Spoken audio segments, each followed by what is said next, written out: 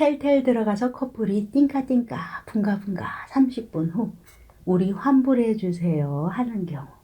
안녕하세요. 중년의 사랑입니다. 40대 중반의 남녀. 두 손 꼭 잡고 305호 객실로 올라갑니다. 그리고 벨이 울립니다. 305호죠. 수화기를 들었더니 남자 손님이 대뜸 환불해 주세요. 우리 나갈 겁니다. 헐. 이렇다 할 이유도 설명도 없습니다. 저 손님 입실하신 지 30분 넘었습니다.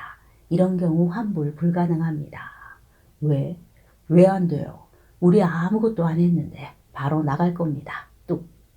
전화를 끊자마자 엘리베이터 문이 열리고 커플이 팔짱을 끼고 다정하게 나옵니다. 여자는 미처 챙기지 못한 짧은 치마를 한 손으로 당겨내리면서 손가락 빗으로 머리를 연신 매만집니다. 누가 봐도 격렬한 운동을 한 후이죠. 남자가 뚜벅뚜벅 구두 소리를 내면서 프론트에 와서 버티고 서서는 다시 환불을 요구합니다. 텔텔 환불 규정에 맞추어서 이야기해 보지만 막무가내 씨알도 안 먹힙니다. 두어 번 같은 소리를 주고받자 이번에는 여자가 말합니다. 아니 방에 들어가서 아무것도 만지지도 않고 아무것도 쓰지 않았는데 도대체 왜 환불이 안 된다는 거예요. 방이 좋지도 않고. 뭔가가 부글부글 끓어오릅니다. 저는 경험이 몇 년 되지 않았지만 진상 손님들 이야기는 많이 들어서 알고 있는데 이런 경우는 또 처음입니다. 황당 그 자체입니다. 오늘도 나는 스트레스로 내 머리카락 빠지는 것보다는 그냥 내보내는 것이 내 건강에 좋을 듯 해서 남자 종업원에게 룸 확인을 해보라고 눈짓을 보냅니다. 이 시간이면 한참 손님들이 들어오실 시간인데 손님들이 불편해 하실까봐 혹시나 들어오시다가 다시 되돌아 나갈까봐 조심스럽습니다. 그런데 잠시 후 룸에 올라갔던 종업원이 허허실실 웃으면서 전화가 옵니다. 사장님, 침대 한쪽 구석에서 방금 사용한 컨돔을 찾았는데쇼. 정말 속상합니다. 또 뒤통수를 맞고 있는 내가 어이가 없습니다. 손님 얼굴을 지그시 쳐다보면서 이제는 무표정하게 중얼거립니다. 손님이 룸에 들어가신 지 30분이 넘었고 빛이 된 용품도 사용하셨고 환불이 어렵겠습니다. 순간 남자는 용품을 사용했다는 말에 흠칫하더니 다시 목에 핏대를 세웁니다. 우리가 뭘 사용했다고 들어가자마자 나왔다는데 이 양반이 속고만 살았나. 새로운 손님이 들어오는데 프론트를 막아서고는 아예 비켜줄 생각도 안 합니다. 딱히 술을 마신 것 같지도 않은데 이제는 막말도 섞어가면서 진상을 부리기 시작합니다. 아니 이 양반아, 내가 무슨 비품을 썼다고 그래. 앞에 다른 손님이 썼겠지. 청소도 안 하고 손님을 받았단 말이야? 아이고 더러워라. 빨리 환불이나 해주쇼. 객실 돌아가는 과정을 저보다 진상 손님이 더 잘 아는 듯 합니다. 알아서 소설을 쓰십니다. 이때 옆에서 듣고 있던 여자가 한마디 더 보탭니다. 어머 진짜 별꼴 다 보겠네. 아유 더러워. 모르고 그냥 우리 잤으면 어쩔 뻔했어 자기야. 그지? 네. 아주 세트로 잘 놉니다. 박자가 척척 맞네요. 손님들이 비품 사용하셨잖아요. 어머 뭐래. 우리는 정말 아무것도 안 했다고요. 네. 우려했던 일이 벌어집니다. 들어오던 젊은 커플이 되돌아서서 다시 나갑니다. 그걸 보고 진상 커플의 언성은 기세등등 더 높아집니다. 빨리 환불해 주세요. 시간 없어요. 그때 종업원이 휴지로 조심스레 감싸진 컨돔을 들고 나타나서는 손님 앞에 공손히 내려놓습니다. 나보다 경험 많은 베테랑 종업원입니다. 그리고 이 종업원이 조용히 이야기합니다. 손님 방에서 이게 나왔고요. 저희 청소팀은 객실 하나하나 빠뜨리지 않고 그때 청소 깔끔하게 잘하고 있습니다. 그러자 남자의 얼굴이 불그락 바뀌며 아예 삿대질까지 해댑니다. 니들 이런 식으로 하면 경찰 부른다. 기본 청소도 안 하고 손님을 받고 어쩌고 저쩌고. 그러자 기다렸다는 듯이 종업원이 나 대신 받아쳐 줍니다. 그럼 손님, 경찰 불러서 이 안에 물건이 손님 물건이 맞는지 확인하면 되겠죠? 하면서 뒷 바지 주머니에서 전화기를 꺼내 들었습니다. 그때서야 진상 손님의 눈꼬리가 살짝 내려가면서 목소리에 힘도 좀 빠집니다. 아이고 아이고 더러워서 내가 참는다 참아. 잘 먹고 잘 살아라 이것들아. 남자가 여자의 손을 끌고 막 돌아섭니다. 그런데 이번에는 종업원이 남자의 앞을 한 발 앞서 막아섭니다. 저희 1시간 동안 세 팀 못 받았습니다. 객실 3개 비용 지불해 주셔야 합니다.